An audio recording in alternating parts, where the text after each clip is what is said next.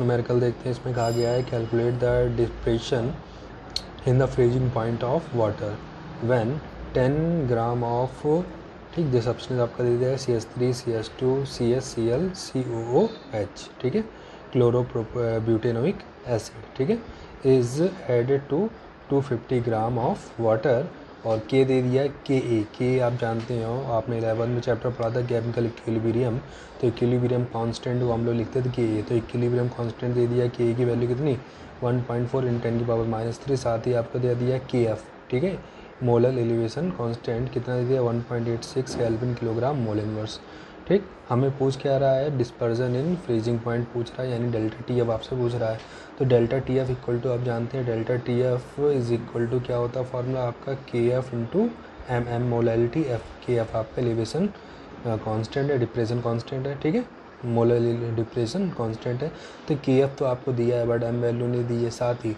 अब क्या देखना हमें, जो सब्सटेंस आपको दिया गया है वो क्लोरोब्यूटेनोइक एसिड, वो आपका वाटर में डिसॉल्व करा जा रहा है, जब इसको हम वाटर में डिसॉल्व करते हैं तो डिसोसिएट हो जाता है, आपको जैसे जानते हैं एसिटिक एसिड होता है आपका CH3COOH, जब इसको आप एक्वस सॉल्यूशन फॉर्म करते हैं तो ये क्या होता है, डिसोसिएट हो जाता है, कैसे डिसोसिएट हो जाता है CH3COO- और +H+, तो आप जानते हैं जो किसका केस है, डिसोसिएशन केस है, यानी जो वो न्यूमेरिकल है वो आपका एबनॉर्मल कोलिगेटिव प्रॉपर्टी से रिलेटेड है, ठीक है, तो थोड़ा सा एबनॉर्मल कोलिगेटिव प्रॉपर्टी यानी हमें यहाँ पर क्या अप्लाई करना होगा, want Hoff factor I include करना होगा, तो हमें यहाँ पर डेल्टा TF निकालना है, और उसको निकालने के लिए KF तो हमें मालूम है बट हमें और क्या क्या निकालना है, वांट ऑफ फैक्टर I निकालना है और मोलैलिटी M निकालना है, ठीक है। तो सबसे पहले हमें क्या करना होगा, हमने देख लिया हमारे पास जो सब्सटेंस दिया गया है वो क्लोरोब्यूटेनोइक एसिड है, तो इसका हम पहले नॉर्मली मोलर मास आइडेंटिफाई कर लेते हैं, तो हम लोग क्या देखते हैं, मोलर मास ऑफ क्लोरोब्यूटेनोइक एसिड यानी CH3 CH2 CHCl COOH, ठीक, ये सारी वैल्यू आप रख करके इसका क्या निकाल लेंगे, मोलर मास जब कैलकुलेट करोगे तो ये मोलर मास मिलेगा आपको 222.5, ठीक है, ग्राम मोल इनवर्स, तो ये आपने क्या निकाला, इसका मास आ गया, ठीक, तो इसका मोलर मास आ गया और इसका मास हमें दिया गया है कितना 10 ग्राम, तो देखो मोलर मास है और गिवन मास है, तो क्या निकाल सकते हो, नंबर ऑफ मोल्स निकाल सकते हो, कि मोलैलिटी के लिए हमें क्या चाहिए होता है, number of moles of solute और mass of solvent in kg, तो हम क्या निकाल लेंगे अब, number of moles present in 10 gram of CH3 CH2 CHCl COOH is equal to given mass कितना है 10 ग्राम, मोलर मास कितना निकला है हमें 122.5, वैल्यू रख लेंगे, इसको सॉल्व कर लेंगे, सॉल्व करने पर कितना आ जाएगा आपका 0.0186, ठीक है, आप इसको बाद में भी सॉल्व कर सकते हो क्योंकि आगे इसको पुट भी करना है, तो ये आपके नंबर ऑफ मोल्स आ गए आपके क्लोरोब्यूटेनोइक एसिड के। अब हम क्या कैलकुलेट कर लेंगे, मोलैलिटी, क्योंकि हमें देखो मोल तो निकल आए हैं, साथ ही हमें मास ऑफ सॉल्वेंट भी दिया गया है, वाटर कितना 250 ग्राम है, तो किलोग्राम में कन्वर्ट कर लेंगे, तो मोलैलिटी, ठीक है, मोलैलिटी इज इक्वल टू, ठीक, small m is equal to number of moles कितना है 0.0186, मास कितना है 250, ठीक, और इसमें हम लोग क्या कर लेंगे, किलोग्राम बदला 1000 से डिवाइड करा, 1000 घूम के कहाँ चला जाएगा ऊपर, ठीक है, ये मल्टीप्लाई में आ गया, इसको सॉल्व कर लिया, सॉल्व करने पर हमें क्या मिल गया 0.3264, ये क्या निकला है इसकी मोलैलिटी, यानी मोलैलिटी मालूम होगी, KF वैल्यू मालूम होगी, अब हमें क्या निकालना I value, want Hoff factor, ठीक, तो वांट ऑफ फैक्टर निकालने के लिए सबसे पहले हमें क्या देखना होगा, इसका हम लोग किसी तरह देखते हैं, क्योंकि हमें K वैल्यू दे दिया है, ठीक है, तो हमें सबसे अब क्या करना है, हमने मान लिया late alpha be the degree of dissociation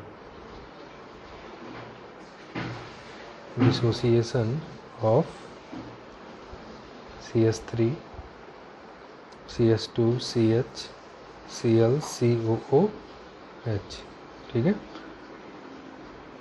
ठीक, तो ये इसका हम डिसोसिएशन दिखाएंगे, तो ये कैसे टूटेगा, CH3 CH2 CHCl COOH का डिसोसिएशन होगा इक्विलिब्रियम पे, तो CH3 CH2 CHCl COO, ठीक है, माइनस प्लस एच प्लस, ठीक। तो फिर वही चीज़ आ गई, इनिशियल पे हम लोग कंसंट्रेशन निकाल लेंगे, तो इनिशियल कंसंट्रेशन, तो इनिशियल कंसंट्रेशन हमने मान लिया बेटा सी, ठीक। इनिशियल रिएक्शन स्टार्ट नहीं हुई है, इसका मतलब ये क्या होगा, प्रोडक्ट का 0 0, ठीक है। फिर हमने क्या कह दिया, एट इक्विलिब्रियम, ठीक। तो एट इक्विलिब्रियम पे हमने क्या, कुछ ना कुछ डिसोसिएशन होगा, तो हमने कह दिया यहाँ से कितना निकल गया, सी अल्फ़ा मोल निकल गए। तो सी अल्फ़ा मोल जब निकलेंगे तो देखो 1 मोल इसका है, तो 1 मोल ये भी मिल रहा है, 1 मोल ये भी मिल रहा है। तो अगर यहाँ से सी अल्फ़ा मोल निकलेंगे तो ये भी कितना बनेगा, सी अल्फ़ा, ठीक है। सी किसको रिप्रेजेंट कर रहा है यहाँ पर, कंसंट्रेशन को। फिर आपने पढ़ा था केमिकल इक्विलिब्रियम चैप्टर में, ठीक है, कि जो इक्विलिब्रियम कांस्टेंट होता है उसमें हम लोग क्या करते हैं, concentration of product upon concentration of reactant को रख करके हम लोग उसका इक्विलिब्रियम कांस्टेंट के ए निकाल लेते हैं। तो यहाँ से के ए इक्वल टू क्या बन जाएगा बेटा, C alpha square into C alpha square, ठीक है, कंसंट्रेशन ऑफ प्रोडक्ट, ठीक, अपॉन कंसंट्रेशन ऑफ रिएक्टेंट। तो यहाँ से कॉमन क्या हो गया, सी कॉमन हो गया, तो अंदर क्या बचेगा, 1 माइनस अल्फ़ा। तो एक सी से एक सी कैंसिल हो जाएगा, बचेगा क्या आपका, C alpha square upon 1 minus alpha, ठीक है।